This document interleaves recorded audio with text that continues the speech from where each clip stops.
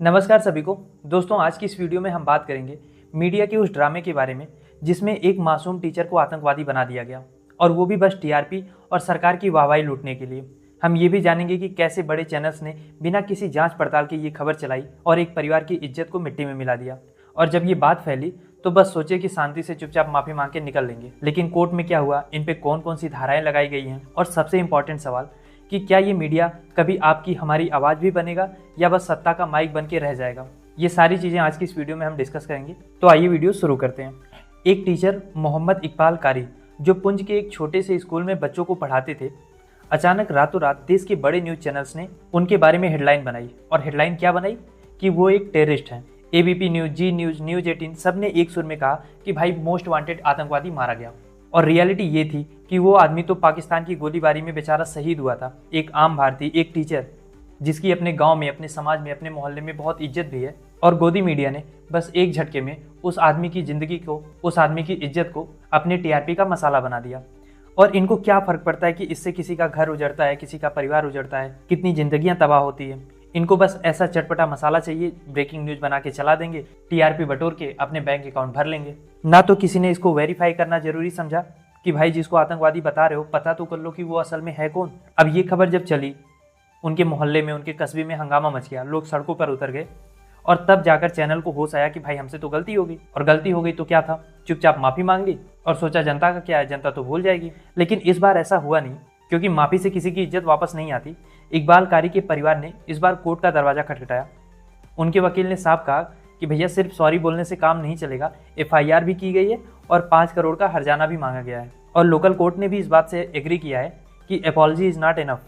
जज साहब ने पुलिस को साफ साफ संदेश दिया है कि पब्लिक मिसचीफ से लेके डिफेमेशन और रिलीजियस सेंटिमेंट्स हर्ट करना, इसके अलावा जो आईटी एक्ट है उसके तहत इन चैनलों पर प्रॉपर एफआईआर दर्ज करो, तब जाके इनकी अकल ठिकाने आएगी। और बात भी सही है, ये कोई छोटी मोटी गलती नहीं है। एक इंसान जो बेचारा पाकिस्तानी गोलीबारी में मारा गया, इनफैक्ट शहीद हुआ, आप उसको आतंकवादी बता रहे हो, और आपको लग रहा है कि एक माफी मांग लोगे तो सब कुछ सही हो जाएगा। वो बेचारा एक टीचर था जो बच्चों को पढ़ाता था, और आप उसको नेशनल टीवी पर टेररिस्ट बता रहे हो। ये सिर्फ एक इंसान की इंसल्ट नहीं है, ये पूरे समाज के लिए एक खतरे की घंटी है। आज एक टीचर को कह रहे हो, कल किसी और को कहोगे, परसों किसी और को कहोगे। मीडिया को आखिर किस बात की जल्दबाजी होती है कि बिना जांच किए खबरों को चलाना है, चाहे वो गलत हो चाहे वो सही हो। ये तो पब्लिक ट्रस्ट की भी हत्या है, और ये हत्या पहली बार नहीं हुई है। आप कोई सा भी केस उठा के देख लो, सुशांत सिंह राजपूत का केस हो, चाहे रिया चक्रवर्ती का मामला हो, चाहे सोनम रघुवंशी का मामला हो, किस तरीके से मीडिया बिना सोचे समझे, बिना किसी प्रूफ के एक इंसान की जिंदगी को बर्बाद कर देता है। इनफैक्ट इंसान की ही नहीं, बल्कि उससे जुड़े हुए जितने भी लोग हैं, उनका परिवार जो है, उनके रिश्तेदार हैं, किसी को भी ये जीने देता है। क्योंकि किसी के साथ जो घटना होती है, जो दुर्घटना होती है, उसको ये लोग टीआरपी का सोर्स समझ के देखते हैं, एक मसाला समझ के देखते हैं।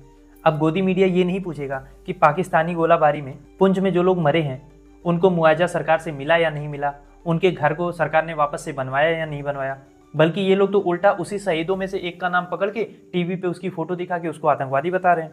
और हर बार का बस ये सेम पैटर्न है, इनको टीआरपी चाहिए, दूसरा काम इनका है सरकार को खुश करना है, और सरकार खुश रहेगी तो जो मन में आए वो चलाओ, रोकने वाला कौन है। क्योंकि यही मीडिया है, इनको ऑपरेशन सिंदूर के दौरान लाहौर तक की खबर थी कि इंडियन आर्मी ने लाहौर को कैप्चर कर लिया है। आसिम मुनीर की लोकेशन तक इनको पता होती थी कि आसिम मुनीर भाग गया है। लेकिन अपने ही देश का नागरिक जो पाकिस्तानी गोलीबारी में शहीद हो रहा है, उनको ये लोग नहीं पहचान पाए, उसको आतंकवादी बता रहे हैं। इनको लगता है कोई रियलिटी चेक तो होगा नहीं, इनके ऊपर कोई एक्शन तो होगा नहीं। फैक्ट चेकिंग शब्द तो अब बस डिक्शनरी में रह गया है, मीडिया के लिए इसकी कोई वैल्यू नहीं है। और अगर इंसिडेंट में थोड़ा हिंदू मुस्लिम वाला मसाला मिल जाए तो फिर तो इनके हाथ खजाना लग जाता है। बस एक फोटो ले लो, थोड़ा सा ड्रामेटिक म्यूजिक लगा दो, ब्रेकिंग न्यूज का टैग लगा दो, लोगों का क्या है, लोग तो मान ही लेंगे।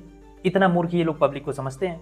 अब आप सोच के देखिए यार, इस तरीके के जर्नलिज्म से देश मजबूत होगा या देश और बटेगा। इन न्यूज चैनल्स के पास इतने ज्यादा रिसोर्सेस हैं, इतने सारे सैकड़ों जर्नलिस्ट हैं, फिर भी ये लोग फेक न्यूज के भरोसे अपनी रोजी रोटी चला रहे हैं। तो भैया आम आदमी किस पे भरोसा करे। इनको लोकतंत्र का चौथा स्तंभ माना जाता था, इनका काम था सच दिखाना, सरकार से सवाल पूछना। पर अब जब इनकी खुद की साख पे इतना बड़ा सवाल खड़ा हो चुका है तो ये लोग क्या ही सवाल पूछेंगे। पर मैं आपसे एक सवाल पूछ रहा हूँ, आपको क्या लगता है ऐसे मीडिया पर आप भरोसा कर सकते हैं जो एक टीचर को टेररिस्ट बता रहा है और फिर बस माफी मांग के आगे बढ़ लेना चाहता है? क्या सोचते हैं आप इस घटना के बारे में? लिखिए अपनी राय कमेंट बॉक्स में।